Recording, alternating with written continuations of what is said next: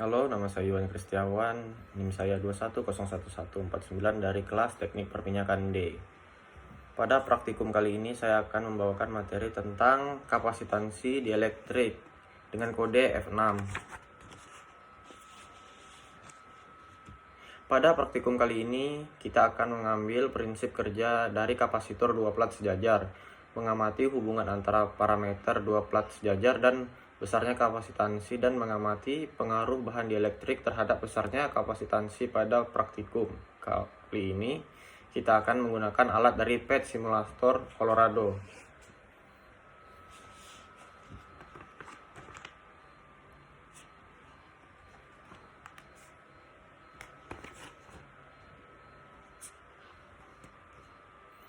Selanjutnya kita masuk pada latar belakang.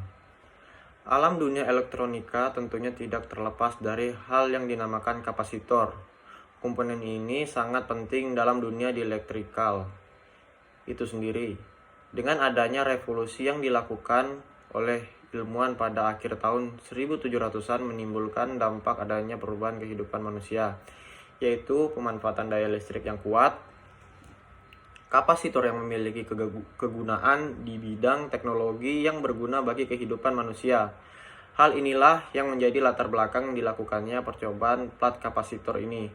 Percobaan ini berguna untuk menentukan kapasitas pada dua plat sejajar dan mengetahui pengaruh diameter plat dengan tegangan terhadap kapasitan.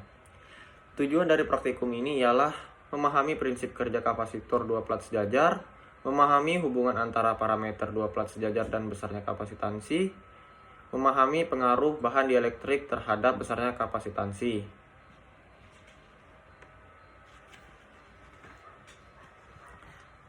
Selanjutnya ialah kapasitansi dielektrik. Kapasitor merupakan komponen elektrik yang dapat menyimpan muatan listrik.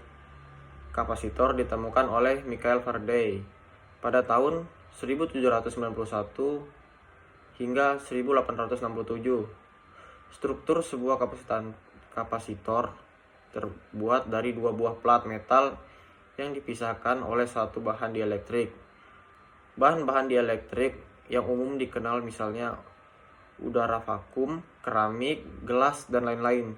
Jika kedua ujung plat metal diberi tegangan listrik, maka muatan-muatan positif akan mengumpul pada salah satu kaki metalnya, dan pada saat yang sama muatan-muatan negatif terkumpul pada ujung metal yang satu lagi. Muatan positif tidak dapat mengalir menuju ujung kutub negatif, dan sebaliknya, karena terpisah oleh bahan dielektrik yang non-konduktif. Muatan elektron ini tersimpan selama tidak ada konduksi pada ujung-ujung kakinya. Di alam bebas, fenomena kapasitor ini terjadi pada saat terkumpulnya muatan-muatan positif dan negatif di awan. Dapat dilihat sebagai berikut.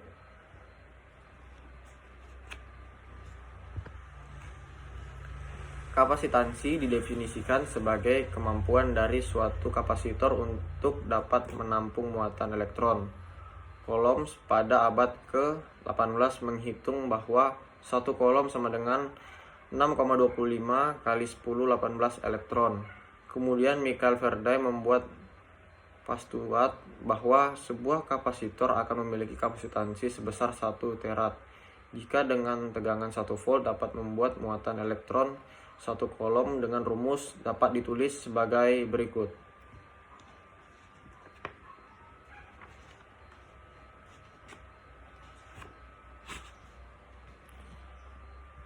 Selanjutnya kita masuk pada prosedur praktikum.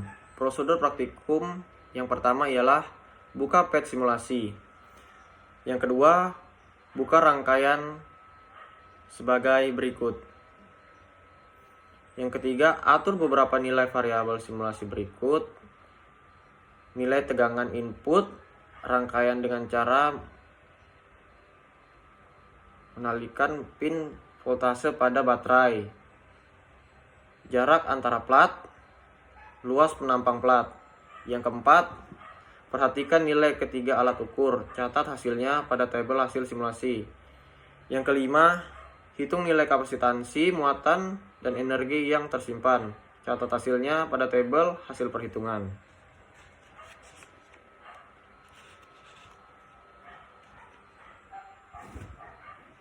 Selanjutnya kita masuk pada pengolahan data. Nilai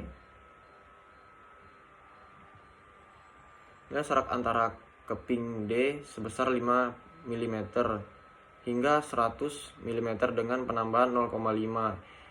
Epsilon 0-nya sama dengan 8,85 kali 100 kali 10 min 12.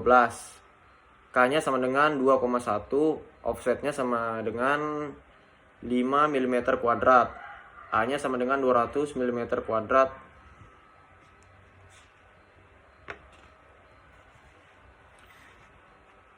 Selanjutnya kita masuk pada simulasi pada PET Colorado. Berikutnya kita masuk pada praktikum di PET Simulator. Dapat kita lihat luas platnya saat ini 155,2 mm kuadrat. Kita atur di 200 mm kuadrat. Jika tidak bisa 200 mm kuadrat, setidaknya berada di atas 200 mm kuadrat. Seperti di contoh saya saat ini, yang saya dapat ialah 203,6 mm kuadrat. Jarak antar platnya kita atur dari 5,0 mm hingga 10 mm dengan kelipatan 0,5. Lalu kita tambah kapasitansinya. Dapat kita lihat kapasitansinya yang kita dapat ialah 3,60 kali 10 min 13 F.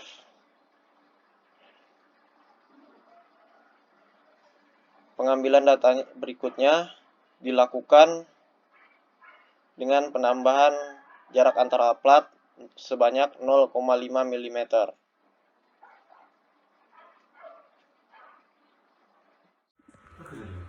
Setelah melakukan perhitungan didapatkan hasil di tabel grafik dan perhitungan sebagai berikut.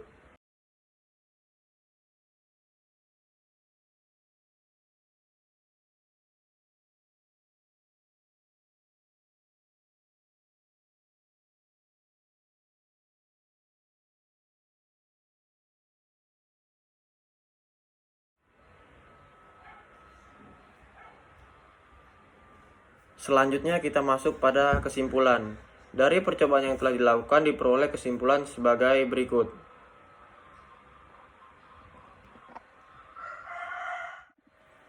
Sekian presentasi dari saya, kurang dan lebihnya saya mohon maaf. Saya ucapkan terima kasih.